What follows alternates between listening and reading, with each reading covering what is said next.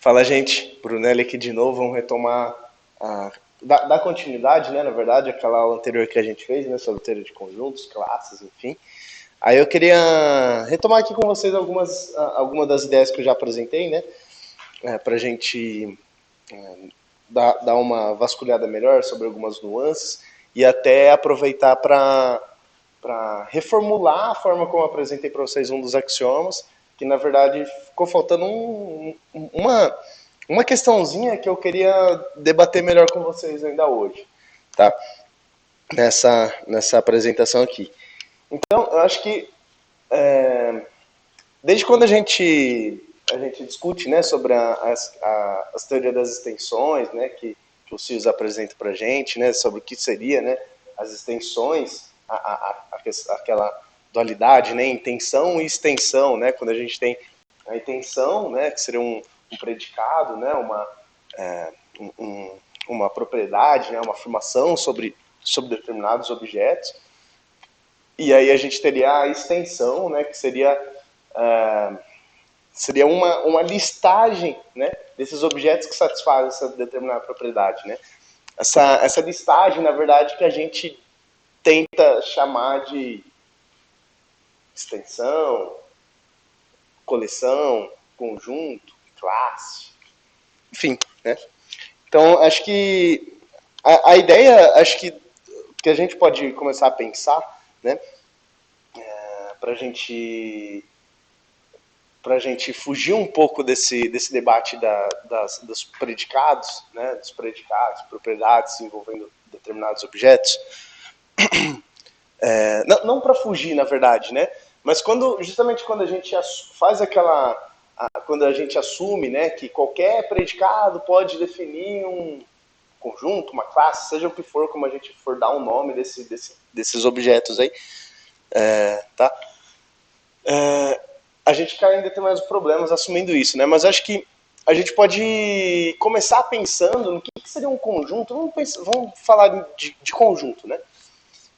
Vou usar essa nomenclatura mesmo, né? A gente poderia pensar como formar, né, dado um objeto de estudo, um objeto observável, que a gente, seja qual for que a gente quer analisar, que a gente quer considerar, um objeto X, né, dado um objeto X, eu acho que a ideia primordial assim seria a gente imaginar, se a gente imaginar o que seria essa ideia de conjunto, né? Seria uma ideia de, acho que como quem fala sobre todo e partes, ou seja, meriologia, né? A meriologia que fala sobre todo e parte. A gente pode pensar num todo, né? Um todo que seria um conjunto lá, um conjunto que a gente pode, sei lá, a gente pode denotar ele de diferentes formas, a gente pode representar ele de diferentes formas, com uma bola, um diagrama de Van Euler, né, como eles chamam. A gente poderia dizer que o X está aqui dentro, o X e tem um outro objeto Y, e dizer que X e Y são partes desse objeto que são todos. Ou a gente poderia representar, sei lá, a gente poderia representar assim, ó, X e Y, falar que isso aqui é esse todo. A gente poderia representar X, Y, a gente poderia representar assim, seja como for que a gente quer representar. Uma notação que a gente costuma usar, né, mais tradicionalmente é, na verdade, em vez de eu colocar um dado só um objeto X, eu vou colocar já na notação formal, né? Dado um objeto X qualquer, para todo X, a gente quer que exista um determinado todo, um conjunto, que tem esse X lá dentro. Né? Ou, se a gente quiser colocar nesse caso que tenha mais de um objeto, né? Dado um objeto X e um objeto Y, né, para qualquer objeto X e para qualquer objeto X, para qualquer objeto Y que a gente estiver assumindo, né, a gente quer que exista um determinado todo que a gente pode representar dessa forma aqui, né? Ó. Assim como eu fiz aquelas outras representações, a gente pode representar assim, né, também. Existe esse objeto aqui que tem aqui dentro, que a gente está representando com essas chaves, né? E aqui dentro dele se encontra X e se encontra esse Y que a gente quer considerar. Né? Aí, só por questão de formalismo aqui, né, eu vou, para a gente conseguir colocar de forma mais tradicional assim, a anotação com os codificadores, eu vou só fazer isso aqui, ó, em vez de colocar o quantificador nesse objeto que eu já coloquei ele, né, extensionalmente, né, essa aqui é a ideia da extensão, né, extensionalmente eu tô colocando, tô listando os objetos que eu quero dentro desse conjunto, né, tô listando esses objetos no conjunto, eu vou chamar esse conjunto de, sei lá, existe o conjunto C, vai, eu vou falar que esse conjunto C, e esse conjunto C ele vai ser definido dessa forma aqui, XY. Tá? Na prática, né, isso aqui, percebam que isso aqui a gente está meio que estendendo, generalizando esse aqui, né? Porque esse aqui eu estou tratando de um conjunto que tem só um elemento, esse aqui eu já estou tratando de um conjunto que tem dois elementos. Tá? E aí eu queria só colocar aqui para vocês uma observaçãozinha, né? Esse conjunto aqui, XY, eu tinha, na aula anterior, a gente tinha definido ele como conjunto de elementos, eu já estou usando X aqui, né? Vou colocar aqui, sei lá, conjunto de elementos A, tais que A igual a X ou A igual a Y, certo? Essa era a forma como a gente tinha definido essa notação aqui, que significa isso aqui, né? Na verdade, na linguagem que a gente estava usando, né? Na notação inicial. Tá, então, por que eu falo que esse conjunto, na verdade, ele até acaba sendo uma generalização desse aqui, né? Que a gente consegue, se a gente tiver aqui o x é igual ao y, tá? Se o x for igual a y, se o x for igual a y, a gente tem que esse conjunto aqui, ó, na verdade, esse conjunto aqui, o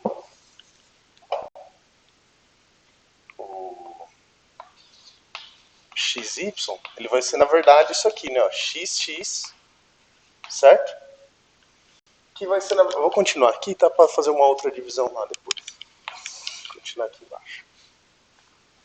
Esse xx, na verdade, ele vai ser isso aqui, né? Então, os elementos A, tá aqui A igual a X, ou A igual a Y, só que o Y agora é o X, né? Tá. Tanto faz aqui, né? X igual a Y, eu escolhi colocar o X, poderia ter escolhido colocar o Y, já que um é igual ao outro. E aí, lá da lógica, a gente tem a idempotência, né? Da disjunção. Tá? Então, isso aqui é equivalente a isso aqui, né? A tal que A é igual a X. Certo? Isso aqui era para ser o X. O A é igual a X. Como a gente tem essa equivalência, isso aqui é equivalente a isso. Então, esse conjunto, essa classe aqui, ela será igual a essa classe. Tá? E isso aqui, por definição, né, são os elementos tais que o elemento é igual a X, a gente acaba definindo isso aí como justamente o conjunto, a classe, né, seja esse objeto, esse todo aqui, que contém essa parte única que é o X. Tá? Isso aqui a gente tem uma demonstraçãozinha também tradicional de que esse conjunto XX ele é igual ao conjunto que contém só o X. Por isso que esse caso aqui, o que eu queria dizer é que esse caso aqui, né, que existe um conjunto que contém só um elemento, ele será um caso particular desse em que o X é igual a Y, tá? Quando o elemento é o mesmo. Esse daqui, na verdade, será um caso particular desse. Né? E na prática, isso aqui é o que algumas formalizações acabam chamando de axioma do par. Né? Axioma do par. Só que, né, na nossa formalização, isso aqui a gente acaba construindo ele de maneira que a gente pode estar fazendo as definições, a gente pode estar definindo isso aqui, e a gente constrói esse conjunto facilmente a partir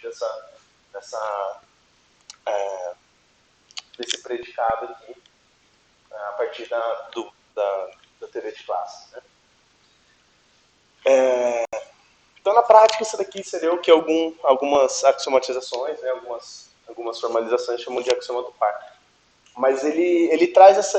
Eu acho que ele costuma ser um dos axiomas mais mais comuns assim para ser usados no início, né, das formalizações de algumas teorias, porque ele traz para a gente essa ideia de que pô, realmente a gente tem um objeto e a gente pode criar um outro objeto, né? Que a ideia é que esse primeiro objeto X que a gente pegou, esse objeto X está dentro desse outro objeto que a gente está querendo criar. Ou seja, é daqui que a gente cria a ideia de pertinência. Né? É daqui que a gente cria a ideia de que X pertence a esse X, a esse conjunto que contém o X. Certo? E é disso aqui também que vem uma outra demonstraçãozinha que é bastante interessante, que é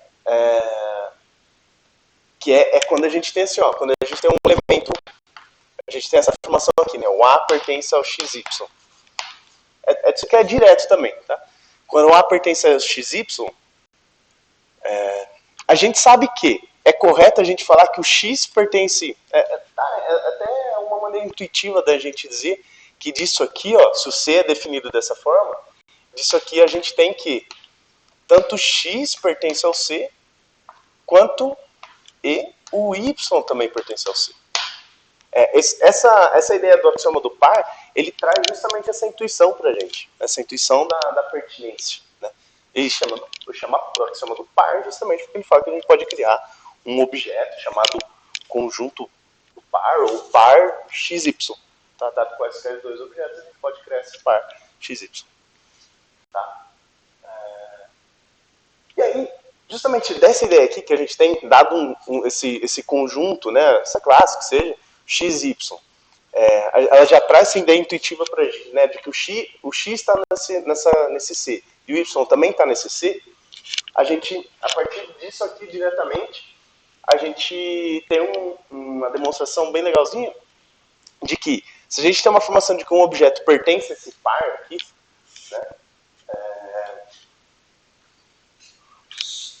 que pertence a esse par, eu só queria achar aqui uma nomenclatura que eles usam. Pode? Tá. Então, alguns materiais, eles trazem, né, a nomenclatura de dupleton, né, dupleto. Enfim, é o par, né? É o par XY. É o par, às vezes alguns materiais até vão falar de par não ordenado, porque depois a gente vai ter a ideia de par ordenado. Mas acho que, uma vez que a gente não está falando de ordem ainda, não tem necessidade de introduzir a nomenclatura de par não ordenado, porque enfim, a gente nem falou de ordem ainda, sabe? Então acho que não tem necessidade. É o par XY. Tá? Seja o X, seja o Y, tanto faz, qualquer aqui primeiro, né? Se é o X, se é o Y, se é o Y, se é o X. Tá? É o par que a gente tem aí. Então esse conjuntinho que não importa a ordem que a gente tem, porque seja o X está pertencendo a isso aqui, seja o Y está pertencendo a isso aqui, não faz diferença a gente inverter, né, e colocar que o Y pertence a isso aqui e o X também. Do próprio axioma da excepcionalidade, né? Mas a gente vai ver isso aqui com calma aqui, ó. Quando a gente afirma que um elemento pertence a esse par, acho que é até um pouco intuitivo, né? Pelo menos é intuitivo para mim, não sei se vai ser para as pessoas que estão assistindo, mas é intuitivo para mim dizer que o A é igual a X ou o A é igual a Y. Certo? E aí, isso aqui é uma formação legalzinha pra gente ter, porque lá do axioma o axioma que a gente, o primeiro axioma que a gente apresentou lá, né, o axioma esse axioma, ele recebe tantos nomes, assim, ele recebe axioma axioma da compreensão, axioma da separação, axioma tem vários outros nomes que esse axioma, porque ele tem micro variaçõezinhas, tem algumas sutilezas que às vezes muda de uma formalização para outra, eles acabam mudando o nome, mas no fundo, acaba sendo basicamente a mesma coisa que eles querem dizer, né? A gente tem que Se esse A pertence a esse par aqui, tá? Então vamos demonstrar isso aqui. Como que a gente faz? A gente parte dessa afirmação aqui, né? Então vamos partir dessa afirmação. Partindo dessa afirmação, a gente sabe que esse conjunto aqui, na verdade, ele é o conjunto. Em vez de A, eu vou colocar o B aqui para não ficar repetindo letra, tá? Eu vou colocar. Então, se um elemento pertence a esse par aqui, a gente sabe que esse par, na verdade, ele é igual a isso aqui.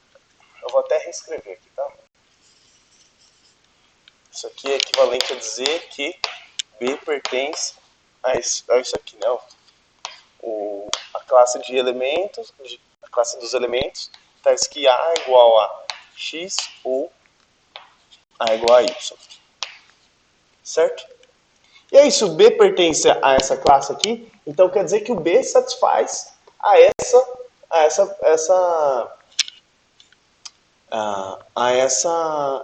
esse predicado aqui, né? E esse predicado aqui, ele é um predicado de A, né? Ele é um predicado de A, ou seja, isso aqui diz pra gente que o B satisfaz esse predicado, né? Por aquele axioma. O B satisfaz esse predicado. Deixa eu consertar. Certo. E esse, onde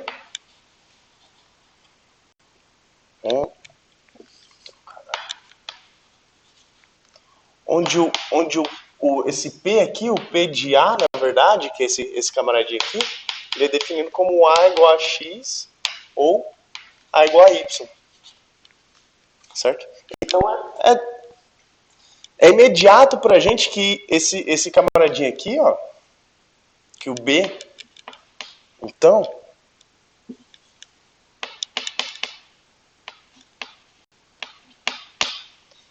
falar que o B pertence a esse par aqui, XY, é na verdade equivalente a dizer o que o B satisfaz o P. Ou seja, P de B. P de B seria substituir o B aqui no lugar do A.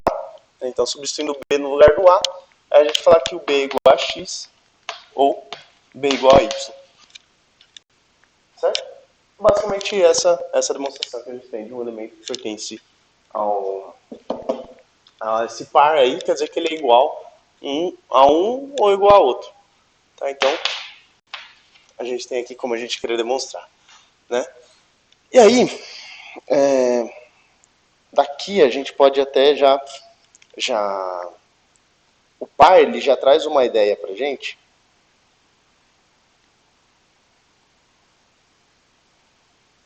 de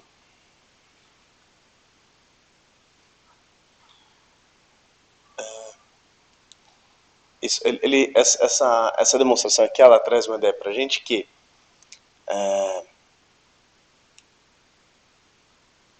se o B pertence a esse camaradinho aqui,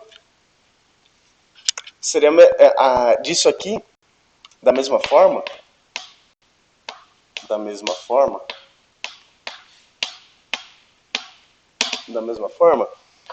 o B pertence aquilo que eu falei aquela hora, né? O B pertencer ao YX vai ser equivalente a dizer que o B é igual ao X, o B é igual ao primeiro, né? O primeiro Y, ou o B é igual ao X, ao segundo.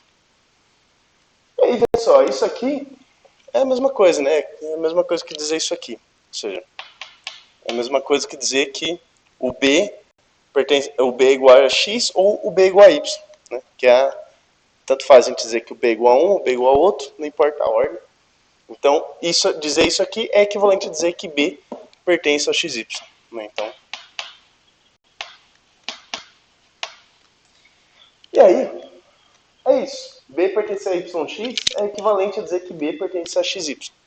Por isso que, do axioma da extensão, todo elemento que pertence a um conjunto, uma classe, se ele também pertence a outro, disso aqui a gente concluímos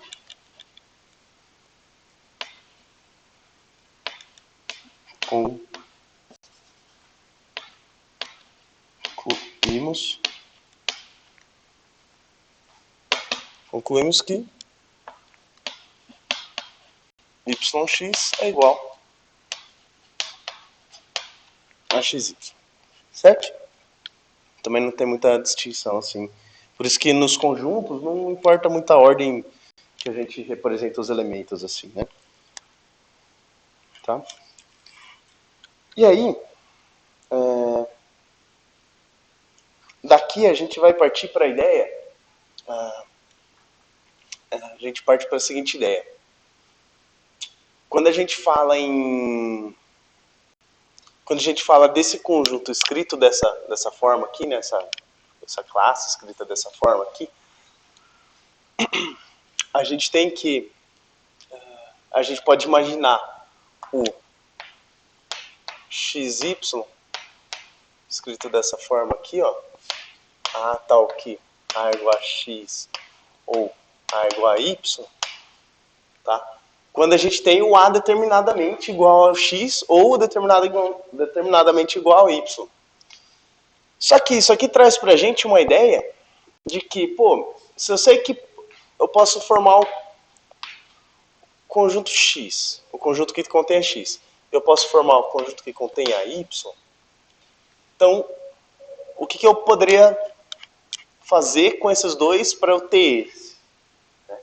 Daí que vem a ideia de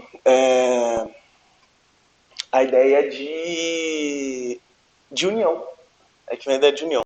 Se a gente unir esses dois conjuntos aqui, a gente vai ter um terceiro conjunto que contém todos os elementos desse e todos os elementos desse.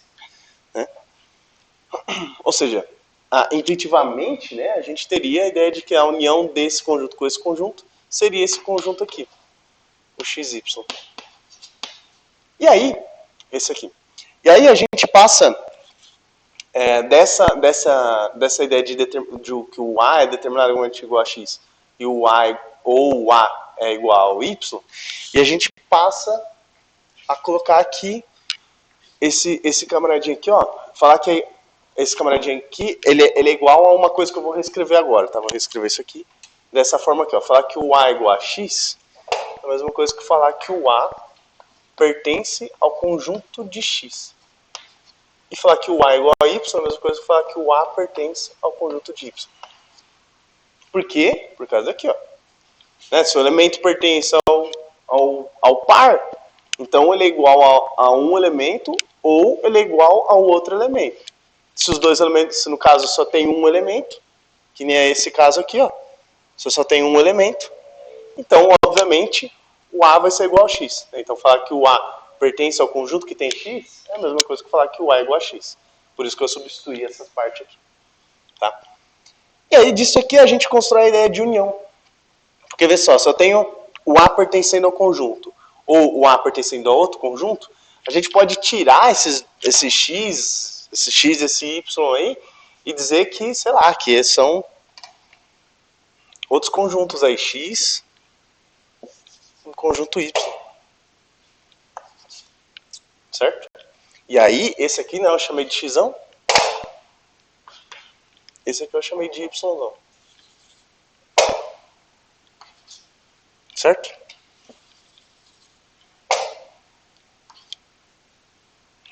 Parece meio ruim essas coisas. Mas veja que não necessariamente. Eu vou agora só passar aqui para cima. Não necessariamente agora esse x e esse xão e yzão, eles precisam ser aqueles conjuntos que só tem um elemento. Tá? Eles podem ser conjuntos, ou enfim, classes, né, que contenham mais elementos indeterminados, não sei quantos. Tá? Talvez eu entendi errado no fato chaves x igual a y significa ao que a pertence ao conjunto com elemento x ou a pertence ao conjunto x. Isso. Esse aqui, né? A dúvida estava aqui, ó. XY é igual. XY é igual a os elementos tais que A é igual a X ou A é igual a Y, certo?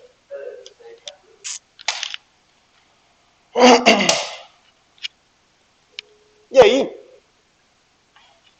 A igual a X é equivalente a dizer que A pertence ao conjunto que só tem X. Certo? Disso aqui, ó. O A pertence ao conjunto que tem X é a mesma coisa que dizer que o A ou B é igual a X ou o A é igual a X.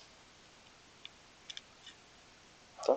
Ó, eu posso até fazer melhor. Dizer que o A pertence a esse X aqui. Dizer que o A é igual a X é a mesma coisa que dizer que A é igual a X ou A é igual a X. Certo? Dizer que o A é igual a X ou o A é igual a X é a mesma coisa que dizer que o A pertence. É equivalente a dizer que o A pertence ao par XX. Certo? Olha lá, desse resultado aqui. Só que daquele resultado lá, ó, XX é igual a X. Ou seja, isso aqui é equivalente a dizer que A pertence a X. Tá? Por isso que o A pertence a X é equivalente a A igual a X. Perdão, A pertence ao conjunto unitário que contém a X é equivalente a dizer que A é igual a X.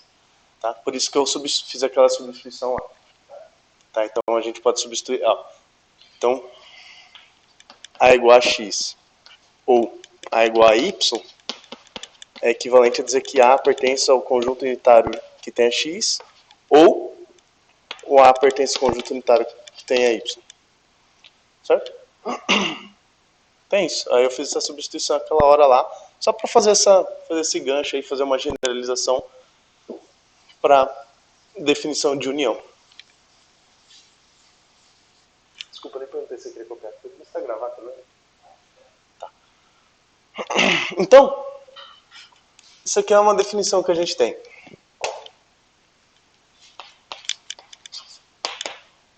Definição. X união Y é definido dessa forma aqui. Certo? E aí, da mesma forma, né? Isso aqui a gente tem a disjunção, né? Da mesma forma, a gente tem a ideia de... Eu já até me perdi na contagem lá das definições. Enfim, mais uma definição. Da mesma forma da intersecção, que a intersecção teria esse paralelo com a disjunção lógica, a gente também pode criar a intersecção, certo? A intersecção também é definida como conjunto de elementos que eles estão simultaneamente em X e em Y. Certo? Ou seja, é justamente essa noção intuitiva mesmo de intersecção.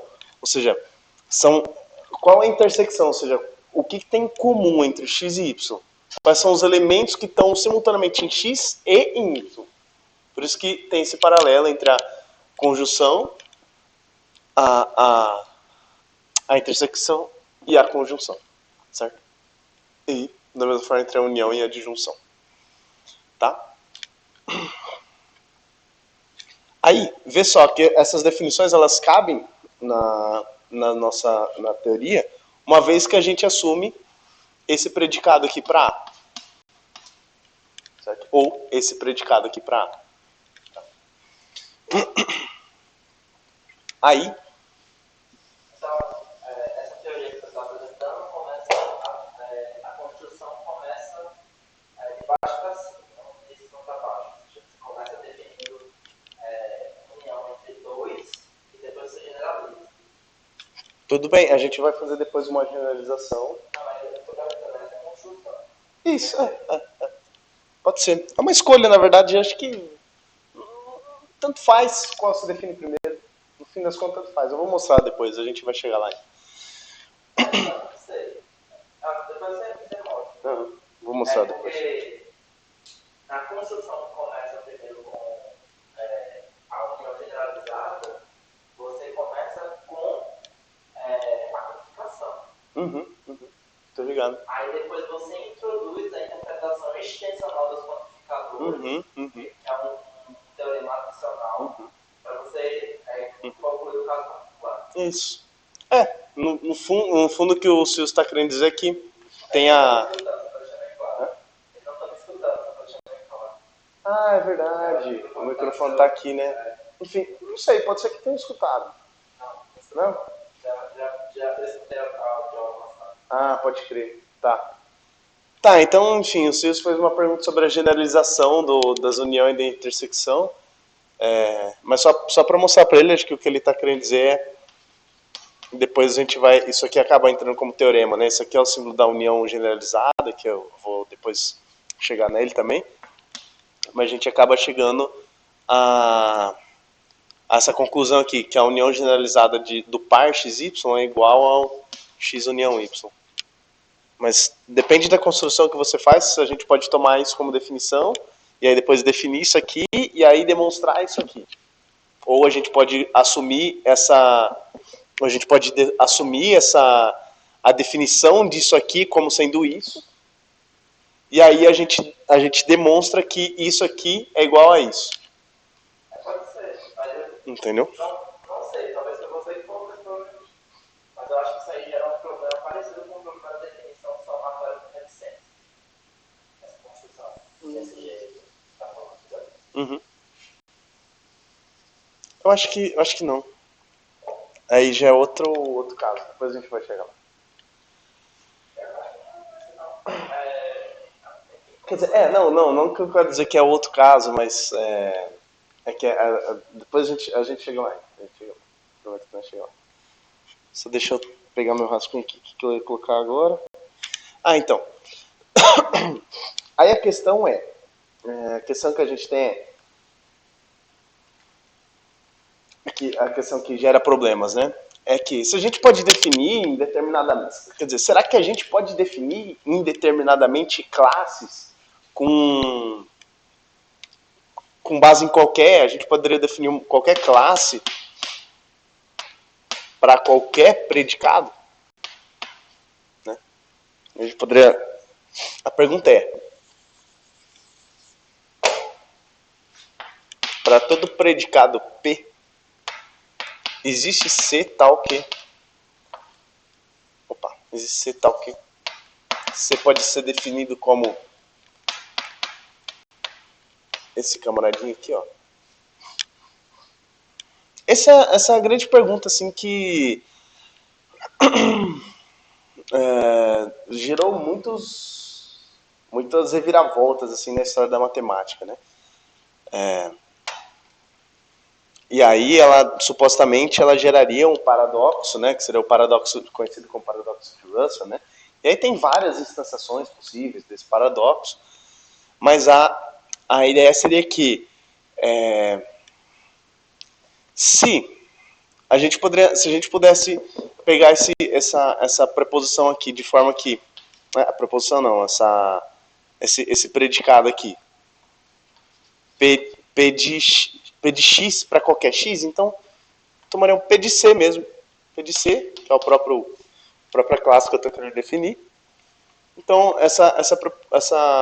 esse predicado seria do tipo C não pertence a C. Tá. E aí, a pergunta seria, se eu defino então esse C de forma que seriam os elementos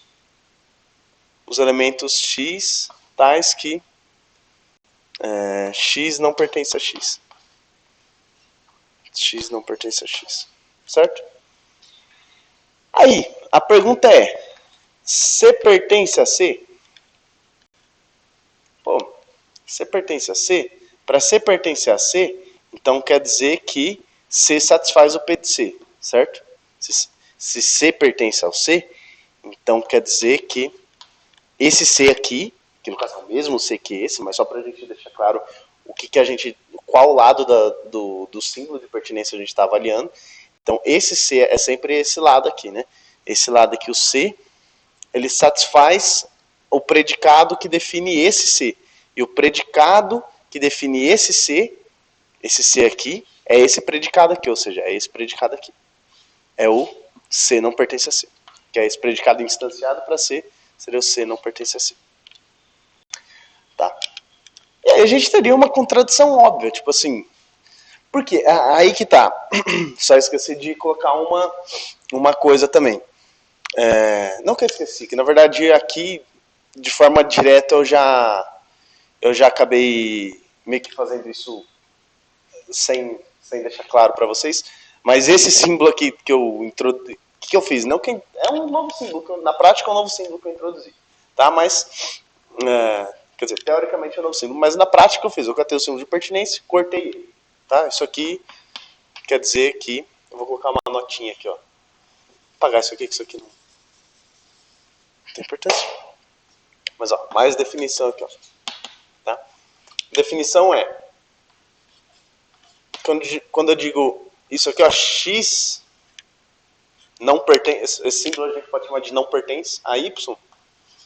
Na verdade, isso aqui é simplesmente a negação de que x pertence a y, tá? X não pertence a y é definido como a negação de x pertence a y, certo?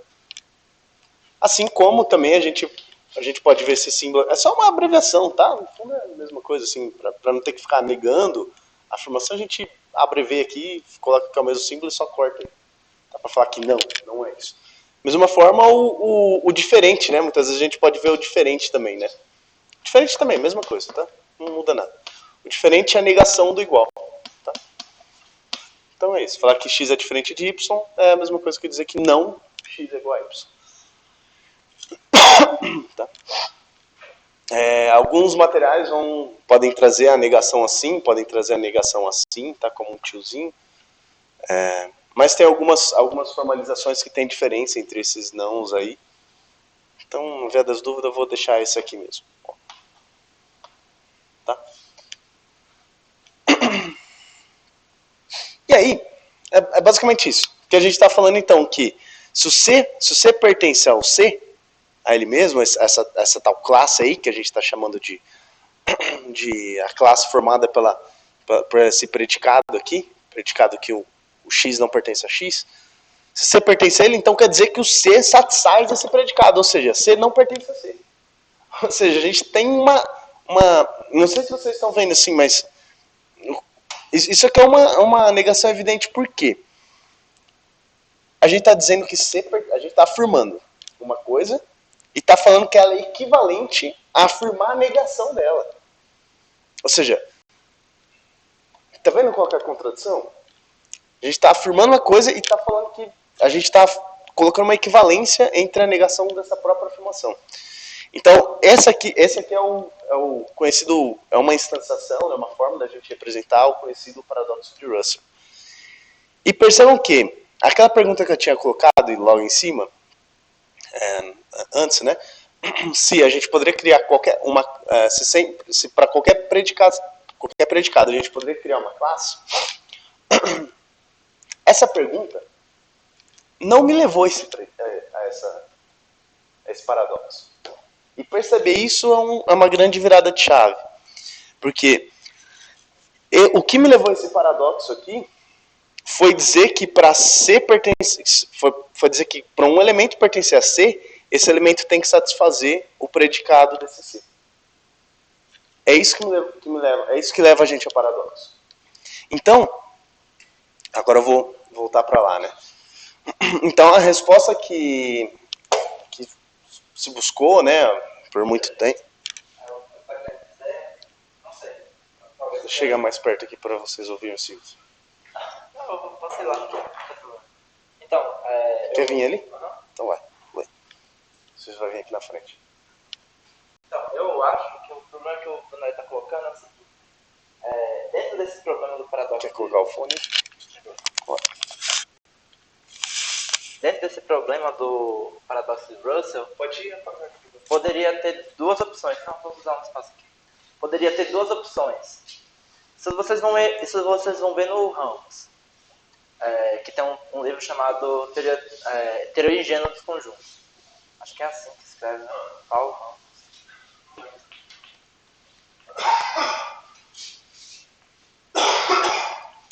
Você tem duas opções para o que está gerando um paradoxo.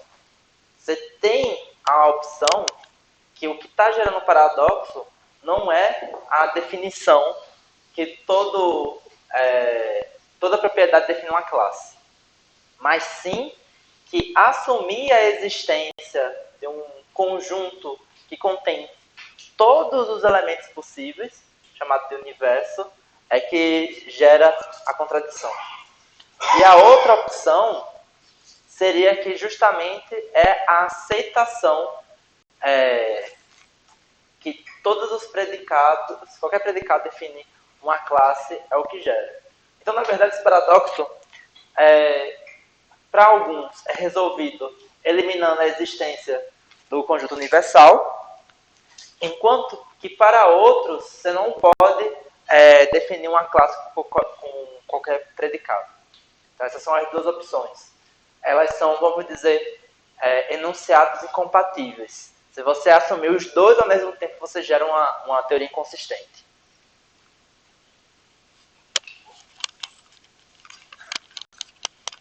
Tá. Não, perfeito. E aí a resposta é que a teoria de classes, né, a teoria a teoria NBG, né, sempre esqueço, o segundo, que é o Neumann, Bernas e o Guilherme. Bernas, né? É o Neumann mesmo? É o Neumann, não? É o Neumann. Tá certo, é o Neumann. É o von Neumann, isso. É o von Neumann. Então, a teoria NBG, né? A solução que eles dão pra gente é que nem o Ciso falou, né? Algumas teorias assumiriam o conjunto universo. A teoria de classes, a teoria NBG, ela chama teoria de classes, porque ela não assume só conjuntos. A teoria de classes, ela não assume a existência de um conjunto universo. Ela assume a existência de uma classe universo. E essa é uma distinção fundamental. É justamente a gente distinguir o que é uma classe e o que é um conjunto. A teoria de classe, ela traz pra gente uma resposta, né? Uma possível formulação de que não existem só conjuntos. Algumas teorias de conjuntos falam que qualquer objeto matemático que a gente puder tratar pode ser representado, pode ser tratado como um conjunto. Então, a teoria de classe traz para a gente a ideia de que existem coisas para além dos conjuntos. Essas coisas são as chamadas classes. Né? E essas classes, sim, podem ser... qualquer predicado, sim, pode definir uma classe. Sem problema nenhum. Né? Então, essa é essa definição de classe. Né? Então, essa definição de classe, tá? Definição de classe. Definição de classe é: classe é tal, classe é um objeto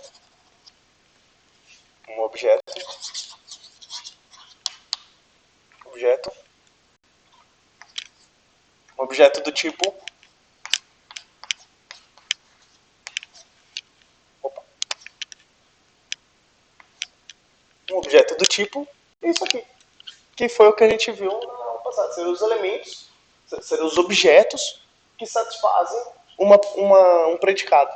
Então, uma classe é um objeto que ele busca justamente aglutinar, né? A gente pode pensar, ele aglutinar, formar um todo de partes de objetos que satisfazem qualquer predicado que seja. Essa é uma classe.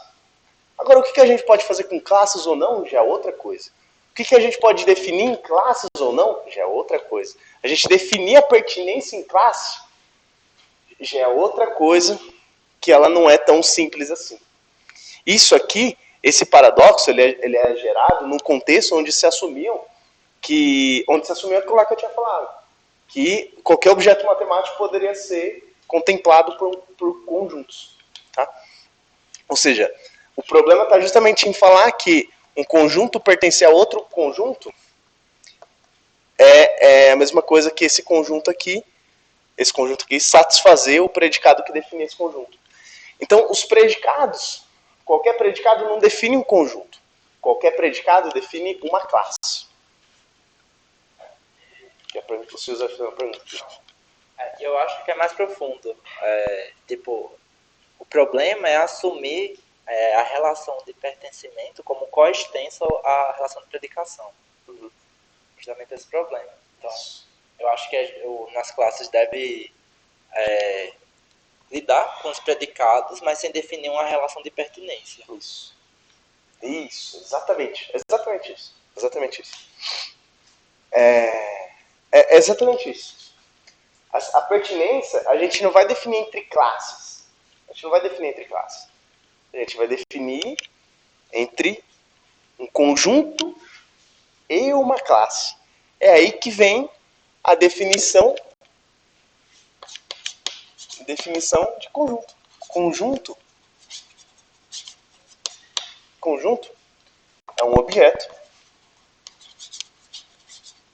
Opa, perdão.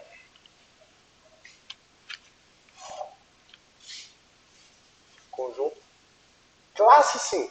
Classes são qualquer objeto que a gente... O dado é que a matemática é o estudo dos objetos possíveis, né? Qualquer objeto possível pode ser contemplado por uma classe e não por conjunto na teoria de classes. Então, qualquer objeto pode ser contemplado por uma classe. Então, o conjunto é uma classe. O conjunto é uma classe. O conjunto é uma classe. Uma classe. O conjunto é uma classe. Tal que.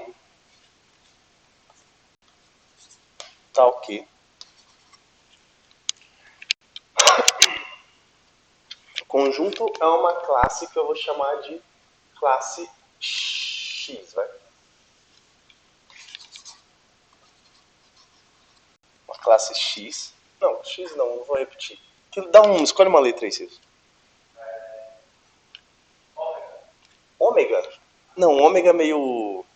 Preciso escolher o ômega, mas a gente vai usar ômega depois. Ela é meio... Vai escolher Φ. Φ? Tá bom. Φ pode ser. Φ.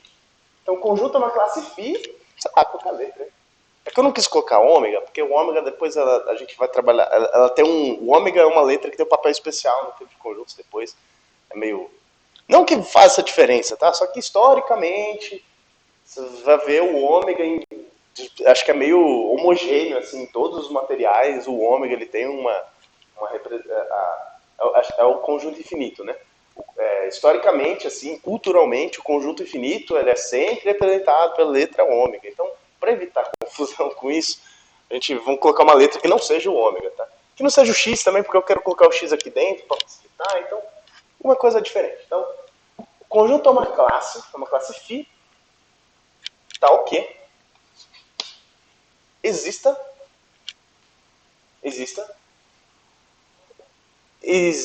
uma outra classe C, tal que uma outra classe C, essa é uma questão importante. A C tem que ser diferente do universo, da classe universal, tá? Tem que ser diferente da classe universo, e Φ pertence a C. Ou seja, o conjunto é uma classe tal que existe uma outra classe diferente da universo, tal que o Φ pertence a essa classe. Tá? Eu vou reduzir essa frase aqui para eu vou reduzir essa frase aqui para uma abreviação que a gente faz assim, ó. É comum usar no inglês set, né? Set, que é conjunto em inglês. Então, set, Φ, a gente está falando que Φ é um conjunto. C e somente C. Φ é um conjunto, né? Por definição, né?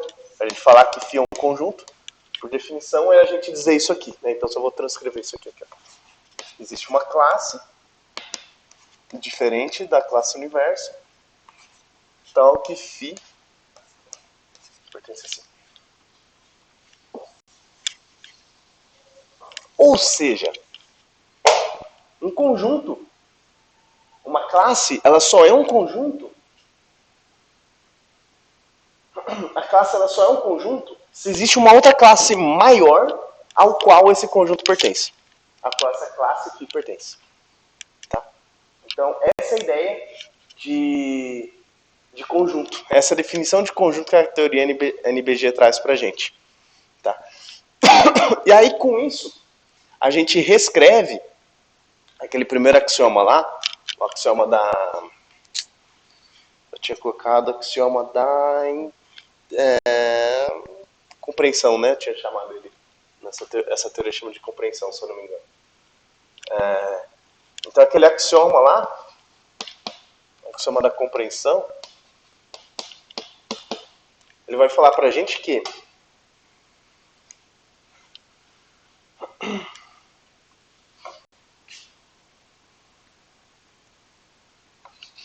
um elemento X pertence a uma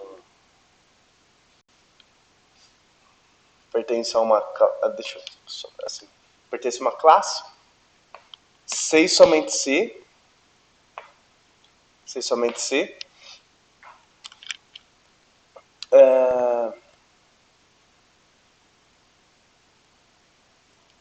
esse é um detalhe importante. C e somente C. X for um conjunto, porque se existe uma classe C a qual esse X pertence, então X é um conjunto. X é um conjunto. Certo? E P de X. E essa preposição aqui é a preposição, esse predicado aqui é o predicado que define C. Então a gente poderia até reescrever assim, né?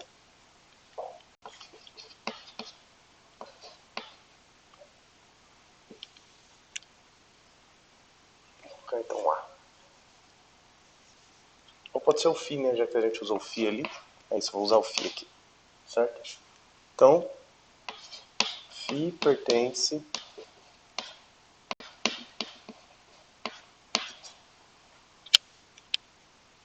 Será que dá para reduzir um pouquinho aqui?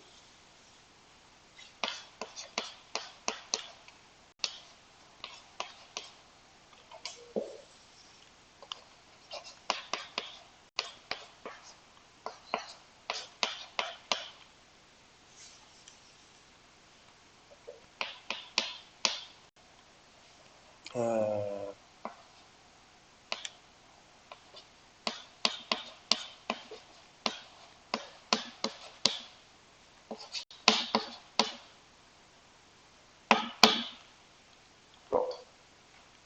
Axioma da compreensão. Certo?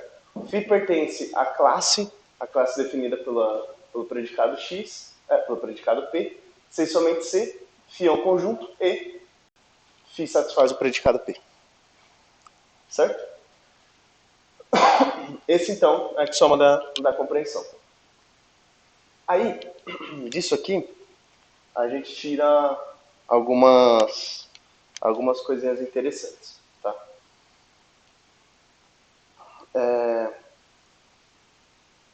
Acho que a primeira, então, é a gente pensar que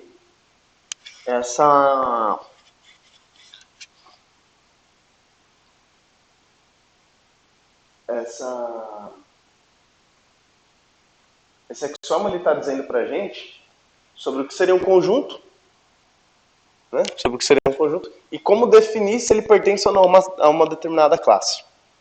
Como a gente determinar se ele pertence ou não a uma dada classe. Tá?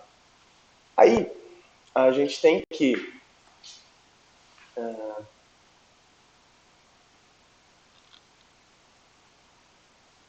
bom, para todo P a gente tem essa classe aí.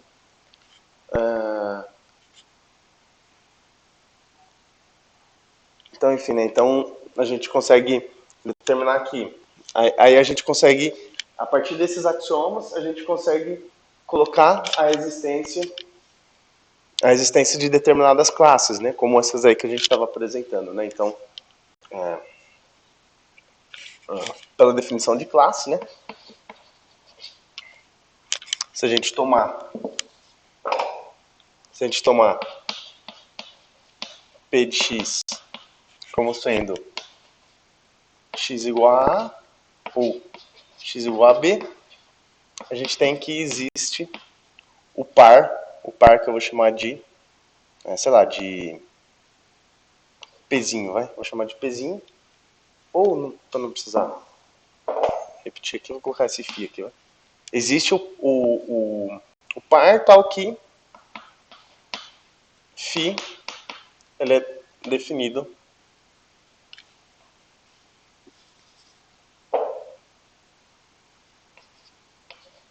Pelo x tais que P de x. Para definição de classe, então, a gente pode colocar que existe a classe φ aí, que é o par, né? Onde esse φ, já que o P de x é esse aqui, então existe a φ, tal que a φ é igual ao par AB. Aí, a questão, assim como existe isso aqui, existe aqueles lá, né? A gente pode então deduzir que o predicado existe essas classes. Aí cabe a gente se perguntar se essa aqui é uma classe, essa classe é um conjunto? E se ela não for um conjunto, ela é o quê? Né? Acho que a primeira resposta que eu posso dar é a segunda pergunta, que é, se ela não for um conjunto, a classe é chamada de classe própria. Tá? É classe própria. Então,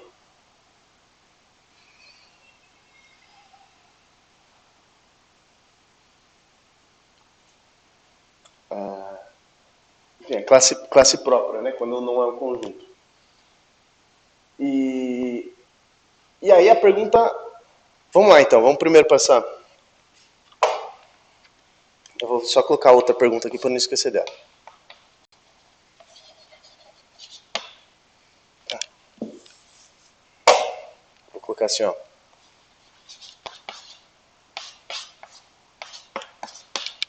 Φ é um conjunto? Esse Φ aqui no caso não é o par. É um conjunto? Vamos lá.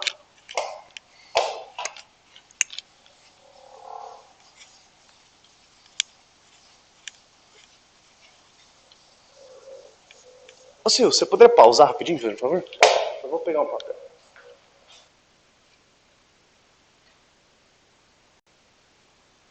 Pode ser? Beleza, então. Só continuando aqui, então, a gente só estava procurando umas anotaçõezinhas minha. O que a gente tem aqui? Logo a gente volta para essa pergunta aqui, do Φ, no caso o Φ sendo esse aqui, né, o par. Mas vamos considerar um Φ geral aí, sem ser aquele caso lá. Depois a gente volta naquele caso. Vamos considerar um Φ geral para responder a primeira pergunta que eu fiz, né? Quando um Φ não é um conjunto.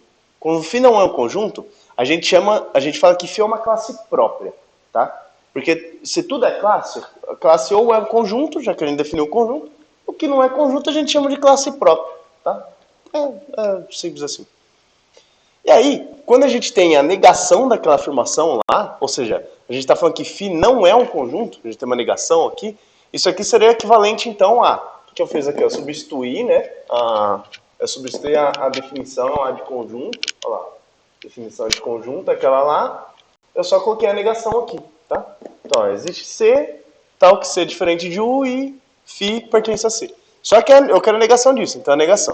Então a negação desse quantificador existencial, na lógica de predicados, a gente inverte o quantificador e a gente nega o que está dentro. Ou seja, isso é uma propriedade importante que talvez seja legal só dar uma revisada nela. Tá? Então vou abrir um parênteses aqui, ó, vou abrir uma obs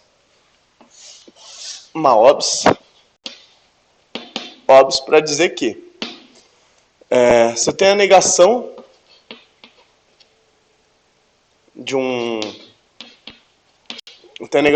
quantificador aqui, né?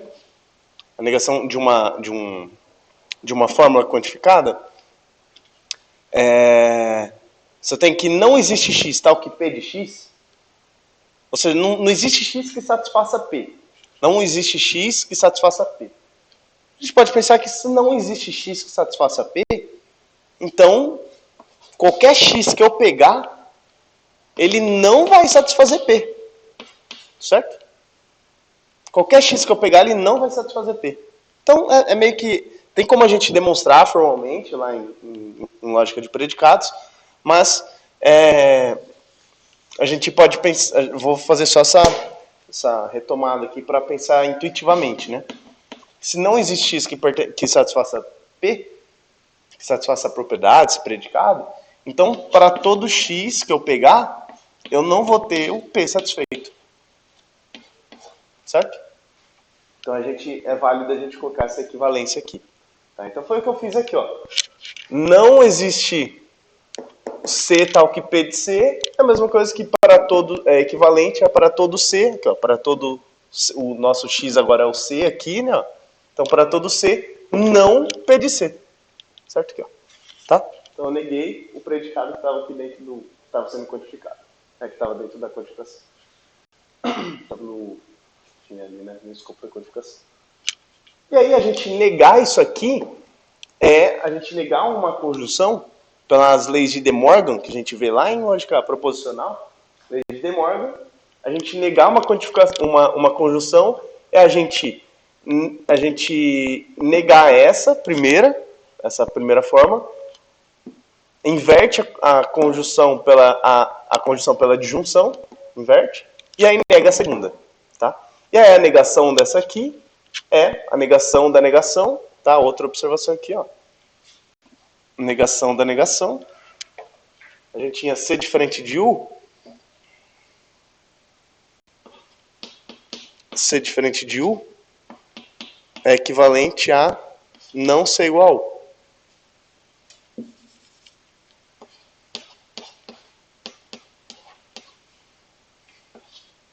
Certo? Ó, C diferente de U é equivalente a não ser igual. A gente tem a negação da negação. Tá? Então, a negação da negação, pelo princípio da dupla negação, é simplesmente ser igual.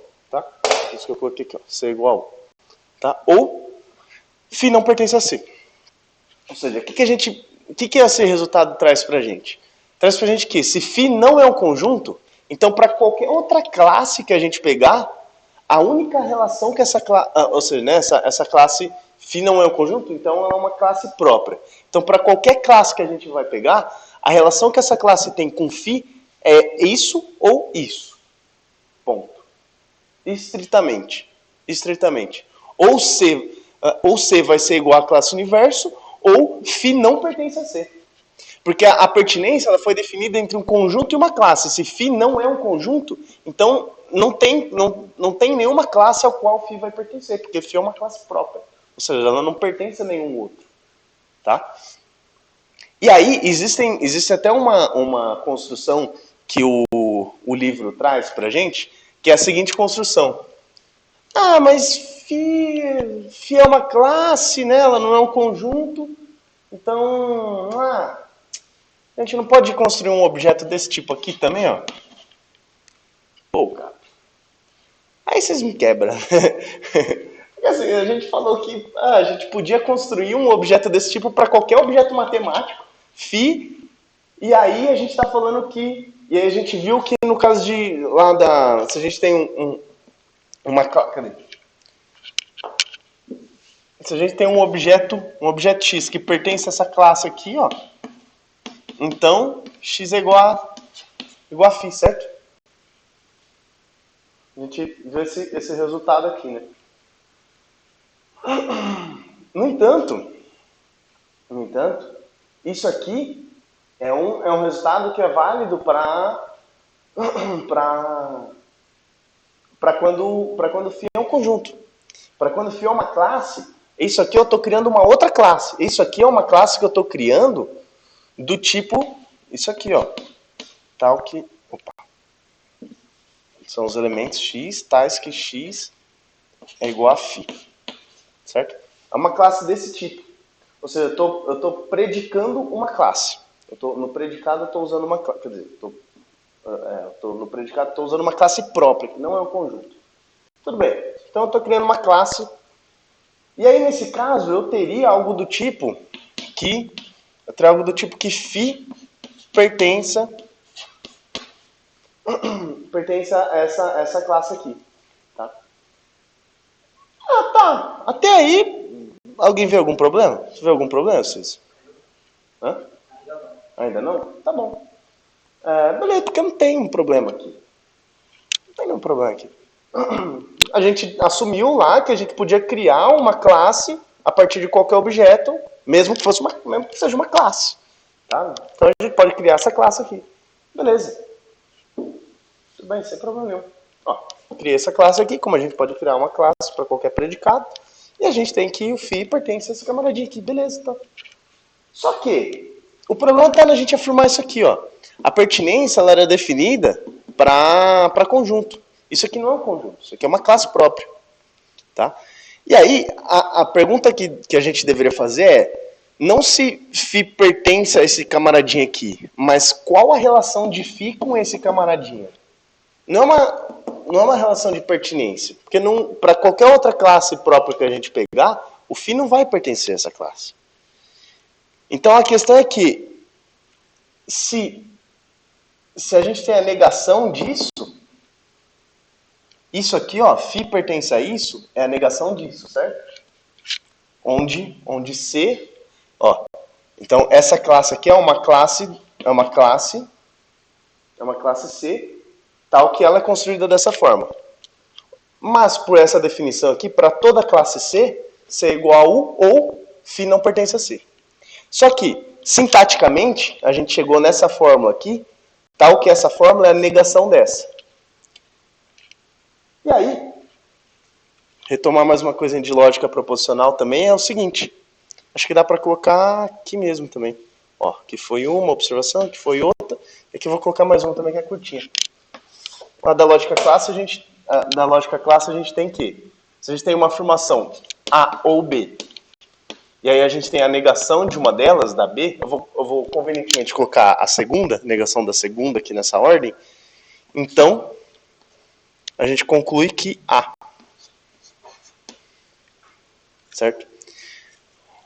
Isso aqui tem um nome, essa regra aqui, é a modus tonis, né? Modus tonis, acho que é, né?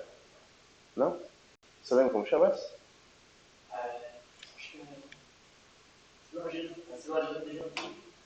Silogismo disjuntivo? Tá. O silogismo disjuntivo, então. Segundo os fios. Modus tonis é uma condicional em que você nega a consequente, você obtém a negação do precedente. Tá. Isso é modus tonis. Ah, verdade. Tá, não, beleza. De qualquer forma, silogismo disjuntivo, acho que é esse aí mesmo, então. Então a gente tem A ou B, e a gente tem a negação de B, então só sobra pra gente o A, né? Até por exclusão, né? A gente pode chamar então o princípio de exclusão, né? A gente tem A ou B e a gente nega B, então a gente tem A. Então, poxa, então tá. A gente tem A ou B. C, então, C é igual a 1. Ou seja, qualquer classe própria que a gente pegar, o que a gente teve, então? A gente teve qualquer classe. Vou só escrever. Tá? Aí, se C igual. Vou só passar aqui para cima.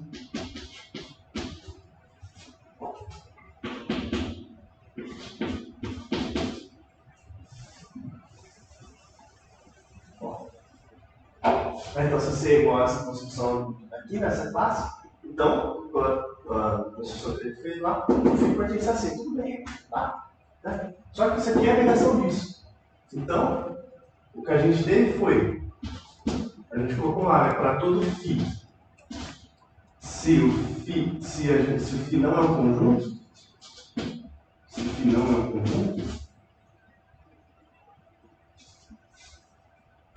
para todo φ, se φ não é um conjunto, seja uma classe própria,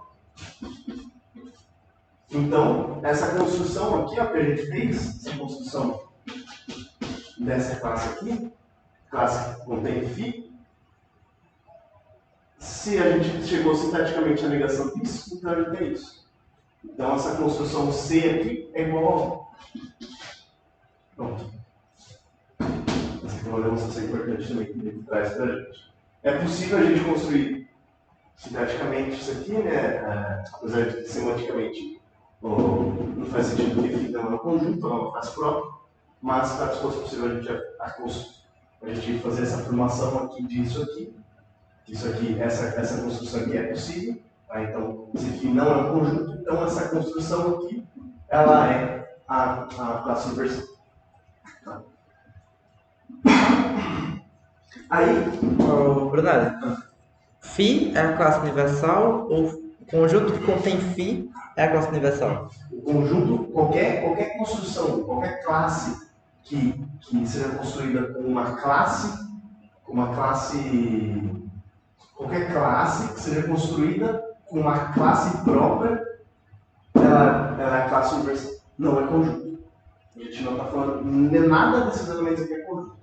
Nem a FI, nem essa construção aqui, nenhum.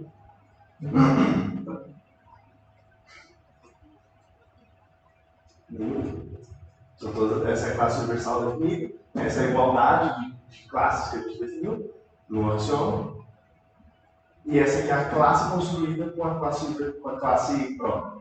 Essa FI aqui é uma classe própria, tá? Uma classe própria que ela não é um conjunto. Não é um conjunto. O que seria uma classe própria que não é um conjunto? Arrisco dizer que eles também não deveriam saber o que é um exemplo de classe própria, senão uma classe universal. Tá?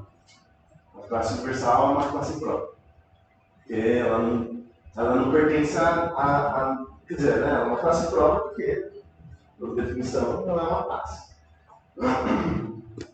Mas ela não tem como ela ser um conjunto, porque se ela for um conjunto, ela dá contradição. Não, acho que dá pra pensar outras classes. Dá pra gente até pensar, mas fica de exercício. Sim. Mas dica, qualquer classe que gera o paradoxo de Russell, qualquer predicado que gera paradoxo de Russell gera uma classe. Qualquer predicado. Só que aí a gente se for qualquer predicado que gera paradoxo de Russell gera uma classe própria. Só que aí a gente tem a equivalência com a classe universal. Não, certo. Certo? E aí, com base nisso tudo aqui, que hora que agora, Cês? 6:05. 6:05? Então vamos encerrar a aula. Então, a semana que vem a gente vem respondendo essa pergunta. Eu vou apresentar a definição de classe potência. E aí a gente vai falar sobre esse par de dois conjuntos é ou não conjunto. Aí depois a gente generaliza para união de conjuntos é um conjunto. Vamos ver, né? Esse aqui a gente vai ver depois na próxima aula, beleza, gente? Agradecer quem ficou até agora assistindo. Tamo junto. Avisando novamente que as reuniões estão acontecendo na UFSCar. O Sirius vai dar um recadinho. Avisando novamente que as reuniões estão acontecendo na UFSCar, na sala de seminário 1, DM. O dia oscila conforme a necessidade. Então até mais, gente. Falou.